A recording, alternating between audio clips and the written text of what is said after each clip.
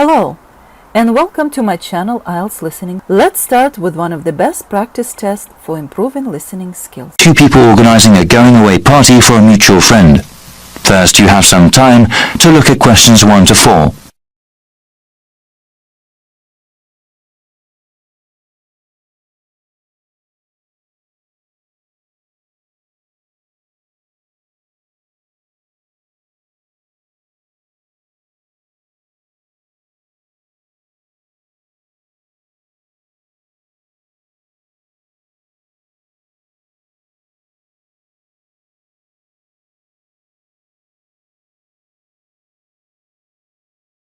Now we shall begin. You should answer the questions as you listen, because you will not hear the recording a second time. Listen carefully and answer questions 1 to 4. Hey Bruce, looks like we got some planning to do for Albert's going away party, right? There are certainly some things we have to talk about now. Yeah, that's better than doing everything at the last minute. Okay, so I can write some notes as we talk. Sure thing. So, when should we have the party? He goes to Thailand on the 26th of August. Okay, let's have it on the 24th then. Yes, let me see. That's a Friday. That'd be perfect. Now, where should we have it? At a bar or a club? You know, I think he would like something really intimate, nothing too loud. A restaurant would be good. Maybe the Apple Tree Grill? Great place, sounds good. Okay, now we have to think about who to invite. Well, his best friend from college. Sure. And his cousins? Right. Oh yes, his co-workers. Yeah, okay, his co-workers and his boss. Any other people? How about his yoga classmates? He does love yoga, but that might be too many people. I suppose so. I can email and text message the invitations. When should I send them? We should send them out soon, but not too early. How about the 16th of August then? Well, why not give it a few more days? The 13th? All right, I think that's a good time too. Before you hear the rest of the conversation, you have some time to look at questions 5 to 10.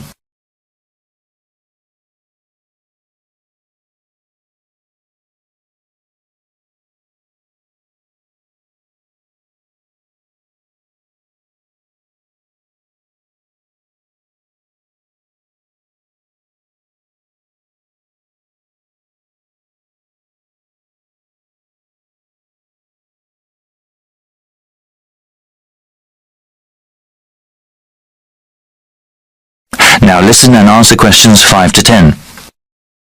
Okay now, we have to think of a gift. Should we all get one? No, I was thinking we could all give money for the party and the gift. You know, something really nice. Yeah, that'd be better than getting him little things individually. I can ask for the money. Thanks for doing that. How much should we ask for? I think we should ask for maybe $15 each. Is that too much? No, not at all. He's going away for 2 years. That would give us about $150. That's a good amount. Yeah, well, I'm thinking we could get him something practical. Yes, especially since he's going abroad. Something he could use, something that's also portable. We could get him an article of clothing, perhaps. Or maybe even a pair of shoes. Shoes are nice, but they might wear out easily, especially where he's going. Maybe a book light? A what? Yeah, he loves to read, and a book light would be very convenient when he travels. Okay, that's one good gift idea. Did you write that down? Yep. Now, we need to think about reservations at the restaurant. Well, we should get their big banquet room, yeah? Yes, definitely. Should we ask the restaurant to prepare a buffet? Isn't that expensive? No, I don't think it is. A buffet dinner sounds cheaper than everyone ordering individual meals. Definitely. How about drinks? They can buy drinks themselves, or bring their own. Okay. Yeah, it would cost too much if we bought drinks ourselves. Certainly. We have to ask someone to bring an MP3 player. The restaurant has speakers and we can hook it up for music. Sounds good. Actually, there is one more thing that I thought we should do since Albert is leaving for such a long time. What were you thinking of? Maybe we could have a slideshow of all the fun times we've had. That'll take a little bit of work, but I think it's a great idea. Actually, in the invitation, can you ask for some photos people have of him? Yeah, definitely. I can scan them, or people can send me digital photos they have. All right, I'll tell them when I send out the invitations. Then I can make a little presentation. I can't wait to see his reaction. Yeah, especially that one picture where... That is the end of part 1. You now have half a minute to check your answers.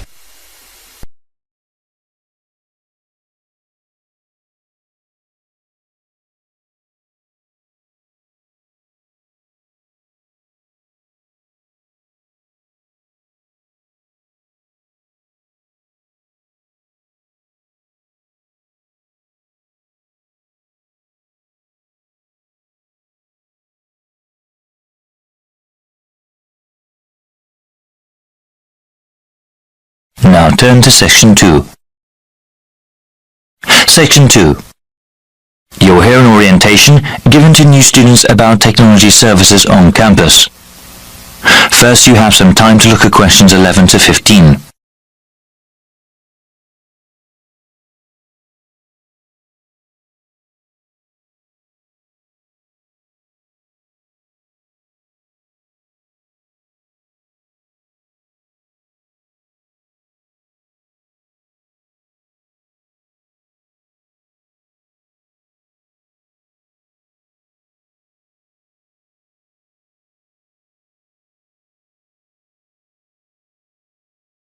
Now listen to the first part of the orientation and answer questions 11 to 15. Good morning, everybody. I hope everyone has enjoyed orientation week so far. I know that you all have been getting quite a bit of information, but I really do need to give you some more regarding the Information and Computer Services, ICS, here at Coudreau College. I've been here long enough to remember when kids hauled their typewriters around. Having a computer, whether it is a desktop or laptop, is now indispensable.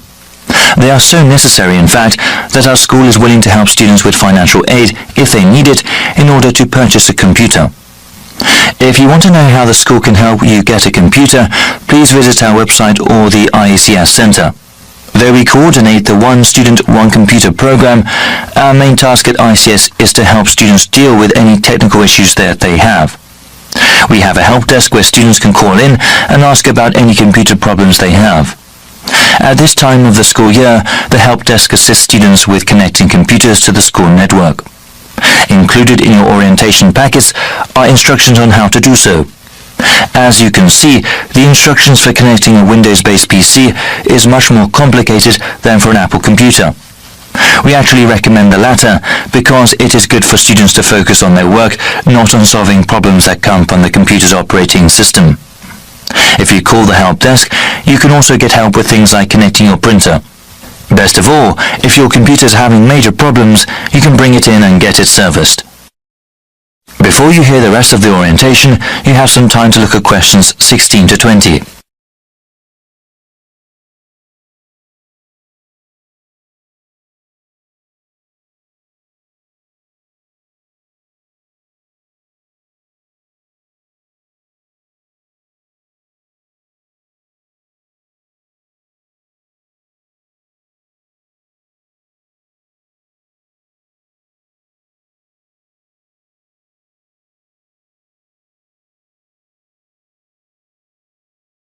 Now listen and answer questions 16 to 20. I will tell you how to bring in your computer if you have any problems with it. If I'm not there, you can talk to the full-time attendant, Jacob. That's J-A-K-O-B, Bianchi. Jacob has many years of experience in computer service. Please feel free to ask him anything. He is there Monday through Friday and can figure out what you need help with. We are located in Taylor Building. Our extension is 7760. This year, we also have extended opening hours. We are open both weekdays and weekends. During the week, we are open from 9 to 7 and on Saturdays from 12 p.m. to 5 p.m. Fill out a form and if you need to drop your computer off, we'll get it fixed right away. Thank you all for listening and good luck with your studies. That is the end of Section 2. You now have half a minute to check your answers.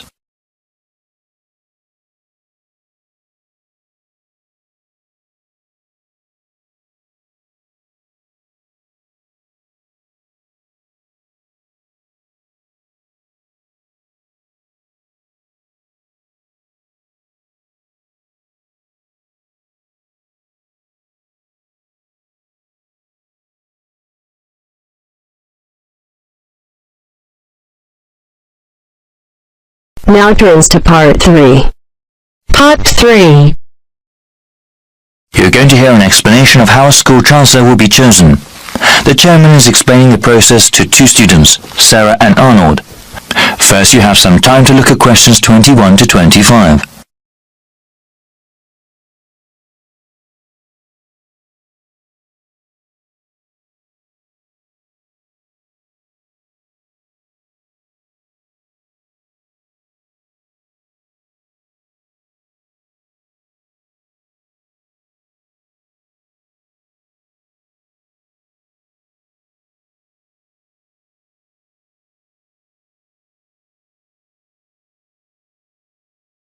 Now listen carefully and answer questions 21 to 25. Good evening, everyone. I hope you've both taken a look at the documents given to you. As student members of the University Chancellor Selection Committee, you will help to select a new Chancellor for our university. This person will be responsible for the operations, academics, and budget of the university. Today, I want us to talk about getting feedback from other students and about the selection process. Okay, so what exactly will our roles be? You both are full members of the committee representing the interests of the student body. When we go over the applicants for Chancellor, your votes will count the same as other committee members. The same as other faculty and administrators? Okay. Indeed. It is important to have student input in the selection process. That will be part of your duties as committee members, to talk to the student body and get a feeling for what they want in a new Chancellor. You will report back to me, the committee chairman, and then talk to the rest of the committee. I suggest that you contact the student newspaper and ask them to do some sort of survey. You both can also talk to the heads of various student organizations and gauge their opinions. All right, what sort of questions should we ask? Well, if you know of any issues important to the student body as a whole, you can ask them about that. I know that there was a recent increase in student fees. Since the Chancellor is in charge of the budget process, he or she will certainly be involved with that. That is one topic that everyone can be asked about. A question about financial issues? Okay. You also mentioned going to different student groups. I was wondering, would that be appropriate? If the Chancellor is the head of the whole university, is it that important to ask the opinions of a smaller individual organization? Definitely. They may be smaller organizations, but they often represent a wide number of students. It would be in the best interests of the school to have a Chancellor that understands the needs of not just the community as a whole, but of the different parts that make up that whole. I see. I guess it would be best to contact the leadership group of each club and group? Yes. Actually, that would probably be the most efficient way to get their opinion. Before you hear the rest of the explanation, you have some time to look at questions 26 to 30.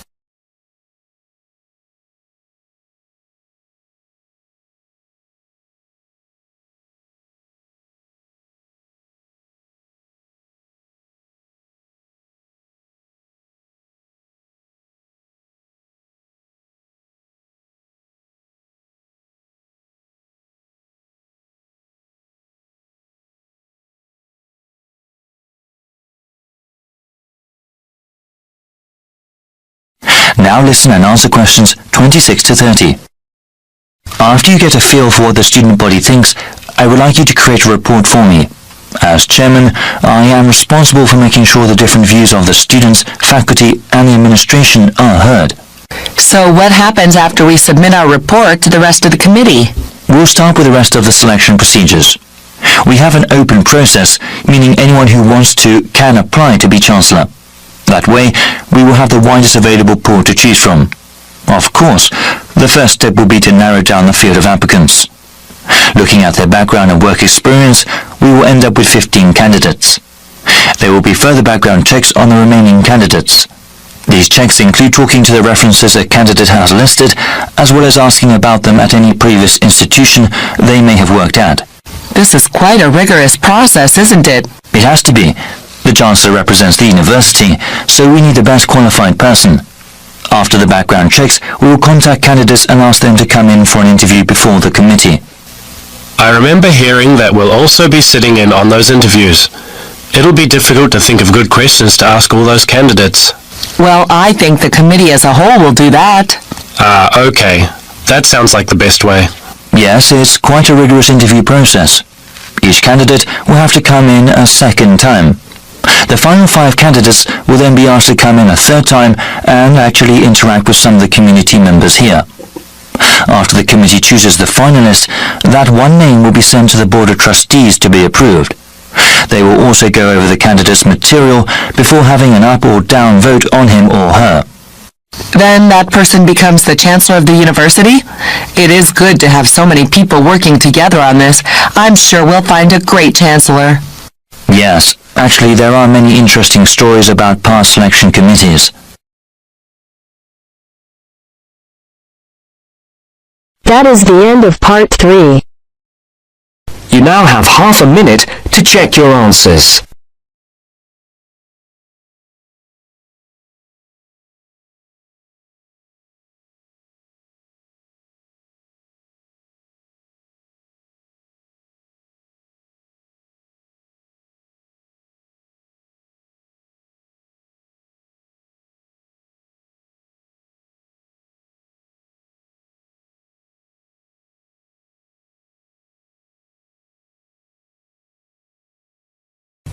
Now turn to Section 4.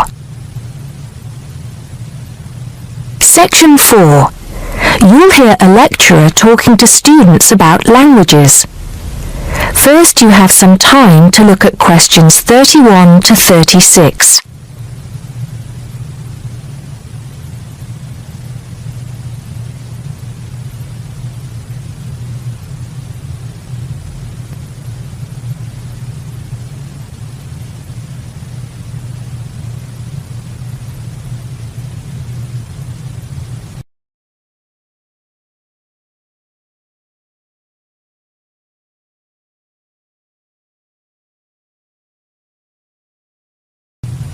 Now listen carefully and answer questions 31 to 36. Good afternoon, everybody. Today, in the first lecture on anthropology, we're going to look at languages and how they are disappearing fast and what effect that's having on people and the world as a whole. We hear so much in the news about the possible extinction of animal and plant species in the world. It's a sad thing that one day certain animals will cease to exist. But how many of you are aware that the world's languages are facing a similar threat? Believe it or not, there are currently more than 6,000 languages spoken in the world today, but experts believe that by the end of this century, this number will be reduced to half. And as each language dies, the culture and specialized knowledge of a community dies with it. The unique knowledge of the environment, local wildlife, plants, animals, and ecosystems, not to mention the cultural traditions of the people themselves, will become lost forever. In essence, each language is not just spoken or written words strung together. Language has the power to hold the entire history of a people. Approximately one language dies every 2 weeks. This is an unprecedented situation. Never before in history has there been this rate of rapid decline. Most human languages are spoken by relatively very few people. Let's put this into perspective. The Ethnologue, the leading authority on the world's languages, has put together a list of every living language known to man. There are over 6,500, of which 6,000 have available population figures. Now, 109 million people speak just 10 of these languages, and they are the major languages of the world. At the opposite end of the scale, there are minority languages which are only spoken by a few people, and that's what this chart is illustrating. The number of languages is represented on the vertical axis, and the total number of languages that make up this group is an astounding 1,619.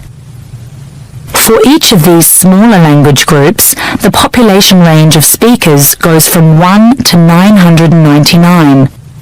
Even more incredible is the fact that out of these small languages, over 200 of them have a speaker population ranging from just 1 to 9. Imagine only 9 people speaking your language in the whole world, or even only 1 or 2 people. Now, let's think geographically. In total, there are 516 languages that are nearly extinct, where only a few members of the older generation survive. When they die, the language will die with them, lost forever.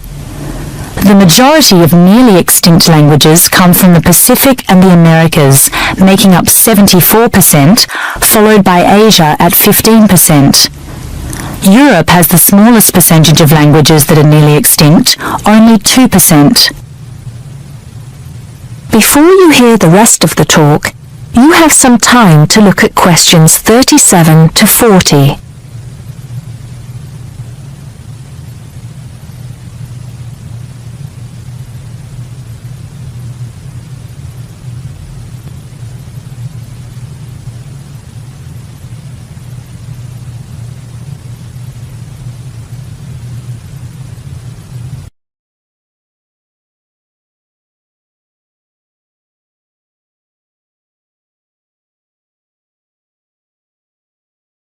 Now listen and answer questions 37 to 40.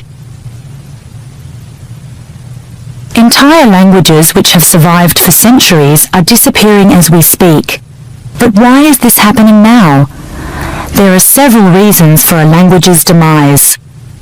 Globalization has made the world smaller, and technology has made it easier for people separated by vast distances to communicate in a common language, which further ensures the growth in economic status for such communities. Minority languages have given way to the main languages of global communication, like English.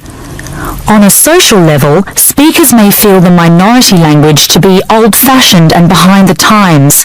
Maybe even speakers are slightly embarrassed to speak the language of their forefathers, identifying more with an international language that brings with it improved economic status.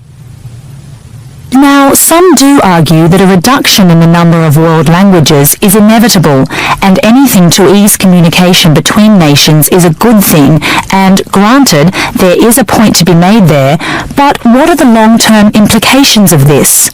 Consider this. Language, in both spoken and written form, is the vehicle for oral traditions to be passed down through generations. When a language becomes extinct, this link is broken and these oral traditions are lost. This has enormous implications for the identity of a community. We can't stop the changes that are happening in the world, but we can try to keep languages alive through language maintenance programs and by documenting languages before they disappear, so they can be studied and maybe even resurrected in the future. It's also important to remember that many people who speak threatened languages can neither read nor write. Helping them become literate goes a long way towards protecting the language. Preserving a language is not easy, but there have been exceptional cases where languages have been brought back to life. In Ireland, Irish Gaelic, once a dying language, through national determination is now spoken by 13% of the country's population. We'll go into what happened there in more detail in my second lecture. That is the end of section 4. You now have half a minute to check your answers.